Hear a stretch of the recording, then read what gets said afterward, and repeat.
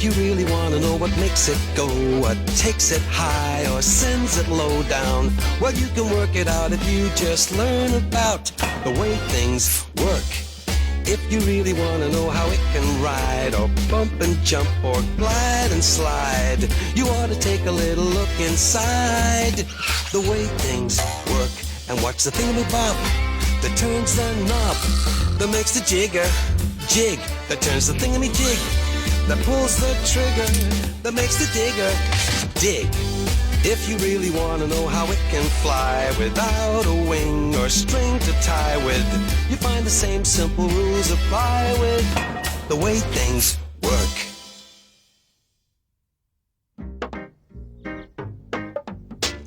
When I observed my young friend Troy at work in his family's coconut grove, I was very impressed by how he and the mammoth worked together. The mammoth brought the coconuts within easy reach of Troy so he could pick them. The thick coat of the mammoth ensured that the coconuts would not break when they landed. However, one day a mouse terrified the mammoth and it let go of the rope. The tree instantly returned to its upright position. This catapulted the rest of the coconuts far and wide, and Troy with them. Springs come in two shapes. There are coil springs, and there are bending bars called leaf springs, which is what Troy just experienced. When a spring is bent, the molecules on one side are pushed together, while the molecules on the other side are pulled apart. So, once the bending force is removed, the molecules rapidly spring back into their natural places. Soon, Olive, Troy, and their mammoth were having a jolly time hurling coconuts over tremendous distances, and with an accuracy that I can only describe as impressive. To the left, bit further, and now!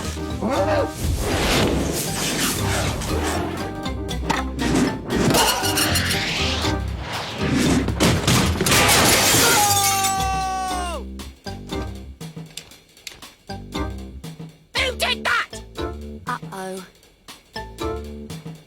Not bad, no. Not much later, Frank decided to use Olive and Troy's idea. This meant building a large coconut catching device just outside the delivery depot at the Mammoth Island Coconut Exchange.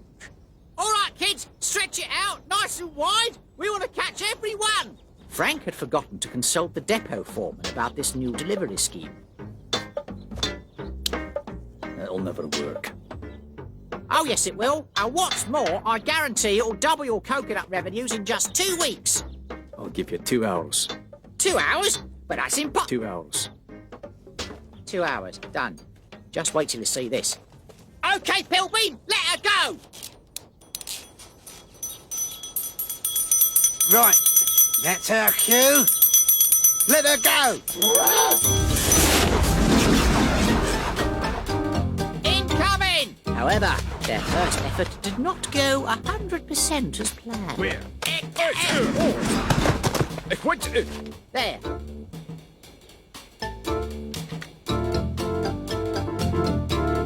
After a few technical adjustments, my good friends Olive and Troy managed to deliver coconuts quicker than ever before.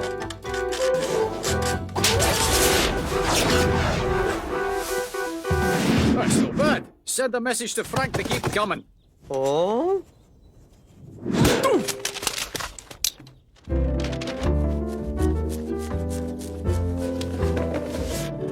The odd misfired nut notwithstanding, my friends were able to harvest all their own trees, and then went on to clear out any coconuts they didn't need from the storeroom.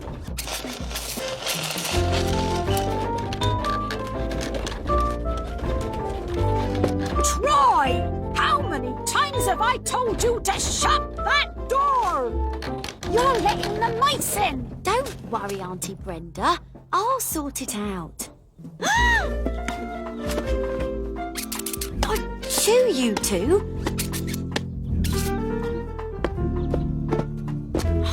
It's just a bit difficult shutting the door and pushing a wheelbarrow at the same time. Hey, I've got an idea. If that coconut tree can spring back, why can't we get something to spring the door back again?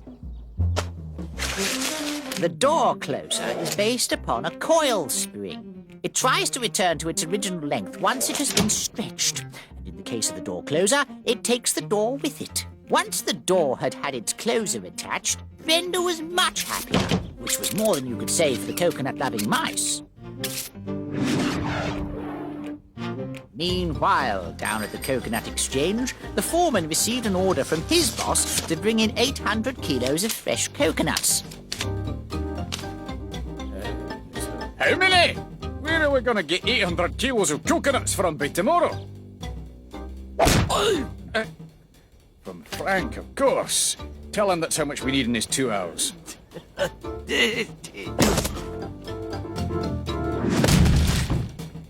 800 kilos? You'll never be able to do that in 2 hours.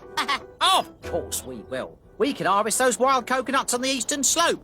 We'll just have to propel them a bit further. But you don't even know how much 800 kilos is. That's all right.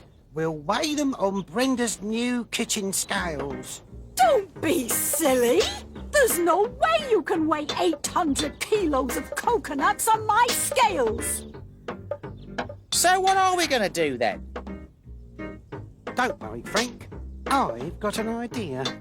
Hellbeam's weighing machine involved placing a huge sack of coconuts on one side of a seesaw and balancing it out with flour sacks.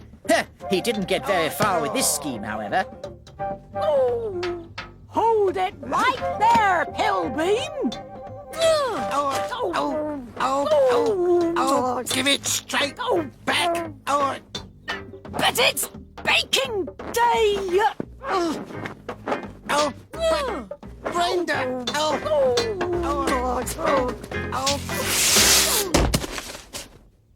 I hope you're satisfied.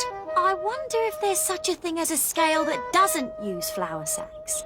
I'm sure the inventor can come up with something.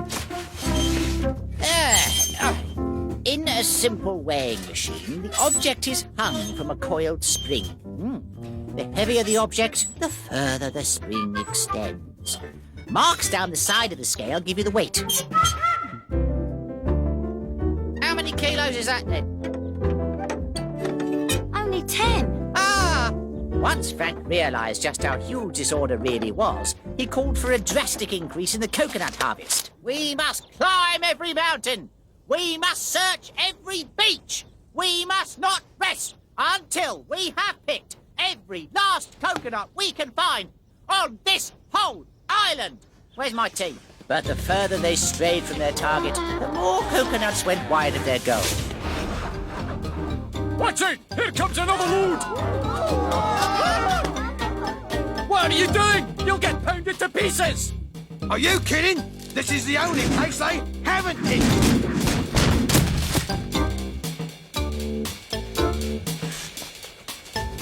Given the pressure we were all under to fulfill that huge order, it was left to Olive and me to make sure our coconuts were being delivered effectively.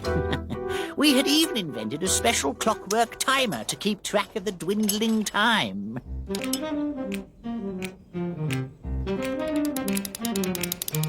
The energy used to wind the timer up is stored in a spiral spring. The timer mechanism allows the spring to unwind only very slowly and at regular intervals, which makes it a reliable timepiece. Once the 0 mark is reached, the energy remaining in the spring rings the bell. No! After observing the number of broken coconuts all around, we concluded that a more traditional approach to coconut delivery would improve productivity overall. We returned to the others with this thought. The islanders had loaded up a large wagon with 800 kilos of fresh coconuts. Actually, maybe overloaded was a better description. Can't you drive this car any more smoothly, Olive? We'll never make our target at this rate.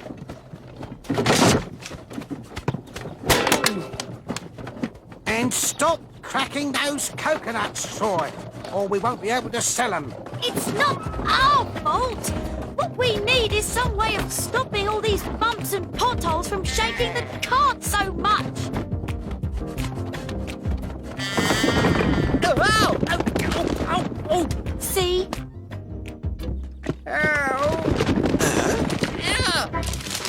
What Olive was talking about was a suspension system, a set of springs that connect the wheel axles to the body of the cart. These springs bend and flex to take up the energy introduced by all those bone-shaking jolts. Unfortunately, being springs, they transferred that energy into bounces, which spelt even more trouble for our coconut cargo. I think our suspension system is still missing something. Don't you? The missing ingredient was the shock absorber. This is a telescopic tube filled with thick oil.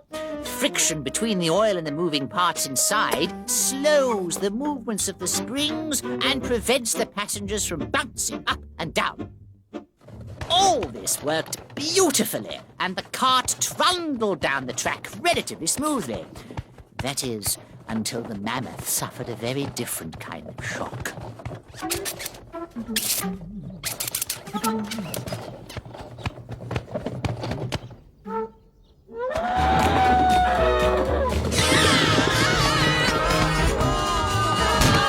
Look out! You're going to miss the... Oh, never mind. Don't lose those coconuts. It's the last chance. I'm doing my best.